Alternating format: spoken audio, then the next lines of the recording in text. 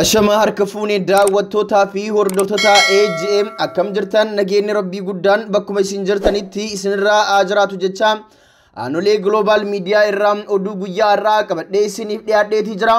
Oduu kana kan isinitti immoo an obboleessa keessan Tolchaa Huseen Maddaati. Daawwattootaa fi hordoftoota keenyaa kabajamoo akkuma waliin argaa jirru torban 2-3 kana Suudaan fi Itoophiyaan waa'ee rakkoo daangaa irratti walitti mufachaa dhufuun akkasuma daangaa walitti ce'uun inumaayyuu daangaa walitti ce'uu bira darbee qabeenya wal jalaa saamu hidhattoonni daangaa eegan daangaa irratti wal ajjeesu sadarkaa irra gahantu jira. Bal'ina oduu kana guyyaa irraa qixxeeffannee sababaalee waa'ee lola Itoophiyaa fi Suudaan sirriitti kan adda isiniif baafnu ta'a. Ittuu aansuudhaan yeroo qabannan oduu biraas kan gamaa keessan dhiyeessinu ta'a. Egaan daawwattootaa fi hordoftoota keenyaa kabajamoo tamsaasni keenya idilee guyyaa guyyaan AGM irraa isiniif darbu bifa salphaa ta'een akka isin bira ga'uuf warroonni YouTube channel keenyaa subscribe hin godhatin YouTube channel keenyaa subscribe godhadhaa jecha. Egaan daawwattootaa fi hordoftoota keenyaa kabajamoo amma kallattiimaan gara odeeffannoo guyyaa irraatti isin ceesifna. Itoophiyaa fi Suudaaniin torban kana walitti gaarreeffataati jiru.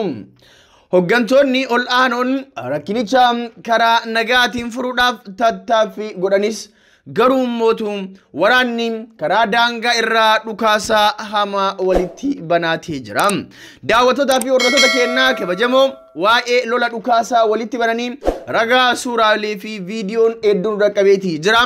Garuu ragaan lola waa'een qawwee fi waa'een garagaraa waa'een dhiiga jiisuu karaa YouTube channel keenyaatii yookaan isiniif dhiyeessinu taate seera YouTube waan cabsuuf kanaaf waa'ee lola deemaa jiru ragaa suuraa fi viidiyoo amma karaa description jalaatti linkii isaa isiniif kenna. Akkuma oduu kana dhageeffatanii xumurataniin waa'ee lola deemaa jiru viidiyoodhaan suuraawwan yoo arguu barbaadan achi jala seenuu dandeettu. Egaan daawwattootaa fi hordoftoota keenyaa kabajamoo lolli Itoophiyaa fi Suudaanii eessaa dhalatee eessaa dhufe? Itoophiyaa fi Suudaaniin biyya ollaa akka malee wal jaalatan hariiroo gaarii qaban biyya akka taate namuu beeka. Garuu mootu har'a hoo maaltu gallaan Itoophiyaa fi Suudaan walitti gaarreeffatan? Maaliif nama walirraa ajjeesan? Lafa qonnaa maaliif wal jalaa fudhatan waan jedhus gaggabaabsee isinitti himam. Waldhabdee daangaa Itiyoo Suudaan duuba seenaan jiru hoo maali waan jedhurraa isiniif eegalam. Itoophiyaa fi Suudaan dhimma daangaa guddisuun gidduu isaanii jiru furmaata hawaaraa kennuufiin sararuuf haala danda'amu irratti har'a guyyaa irraa jechuudha marii taasisuuf jilli itti aanaa ministeera muummee ministeera haajaa alaa Itoophiyaa Dammaqaa Mokonnin hoogganan Kaartuum galeetii jira.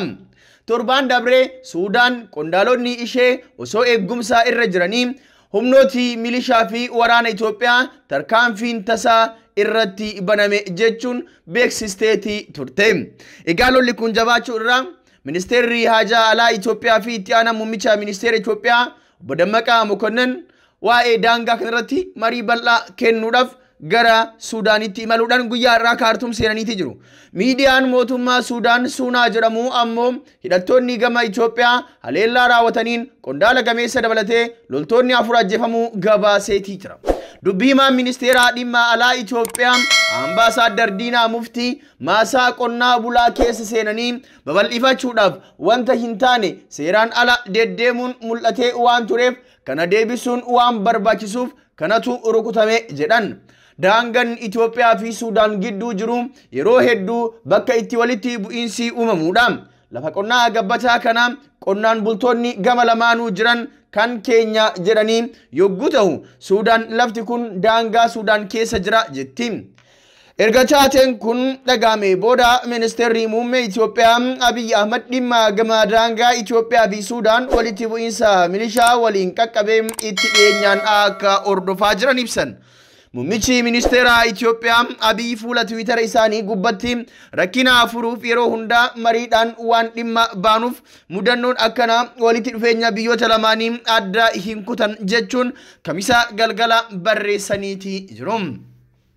Egaan daawwattootaa fi hordoftoota keenyaa kabajamoo Seenduubeen wal dhabdee daangaa kanaa maali? Wanti jedhu ammallee sammuu keessan keessaa akka naanna'u hubataati jira.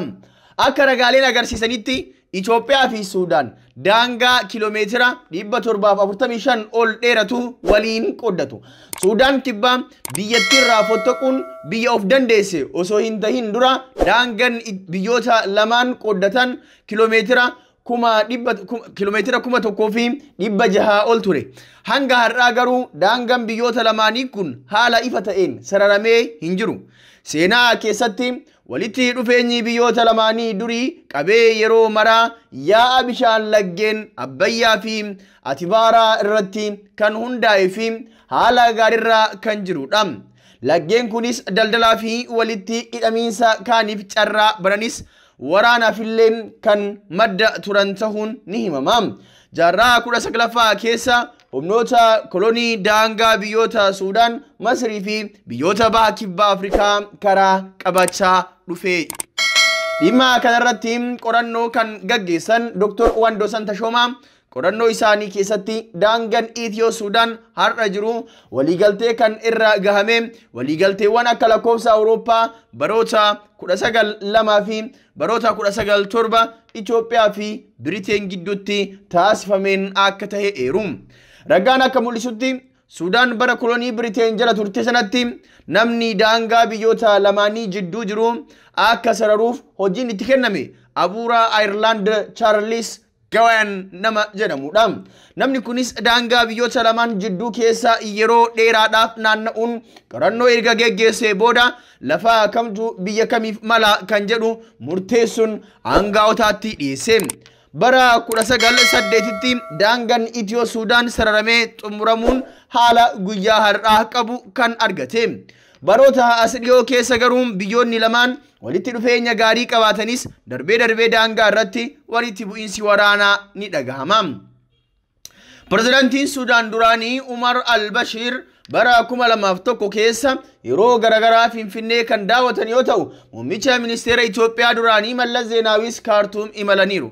Dhiyeenyaattis muummeen ministeera Abiy Ahmadii fi giitni isaanii Abdullahi Hamdok yeroo garagaraatti wal arguun marii ta'aniiru. Kiitota har'aas dhimma kanarratti mari'achuuf jilli qondaaltota olaanoo Itoophiyaa magaalaa Kaartuum galeera. Walumaa galatti walitti dhufeenyi ammaan tana biyyoota lamaan jidduu jiru gaarii waan ta'eef carraan wal dhabdee kana mariin itti hiikuu danda'an bal'aadha.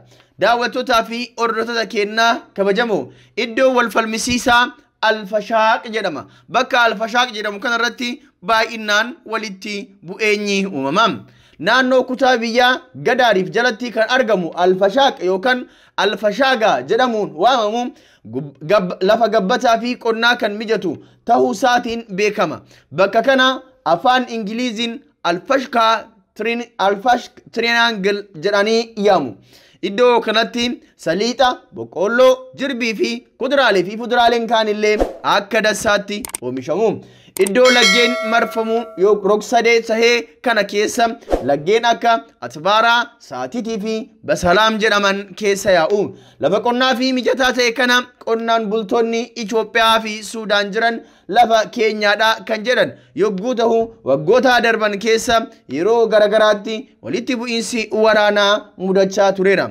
Alfashaagaan lafa kiiloomeetira iskuweer 250 wayita ta'u laggeen waan keessa yaaniif gabbinaan beekama. Aangaa'onni Suudaan Alfashaaqan lafa Suudaaniiti jechuun irra deddeebiin kan himan yogguu ta'u waltahiinsa biyyoota lamaaniin qonnaan bultoota Itoophiyaa laficha akka misoomsan hayyamameef jedhu. Marii caamsaa bara darbee taasisaniin mootummaan biyyoota lamaanii bakkanatti daangaa irra deebiin sararuuf pirojektii hawaasa gama lamaanii fayyaduu hojjechuuf walii galanii turan.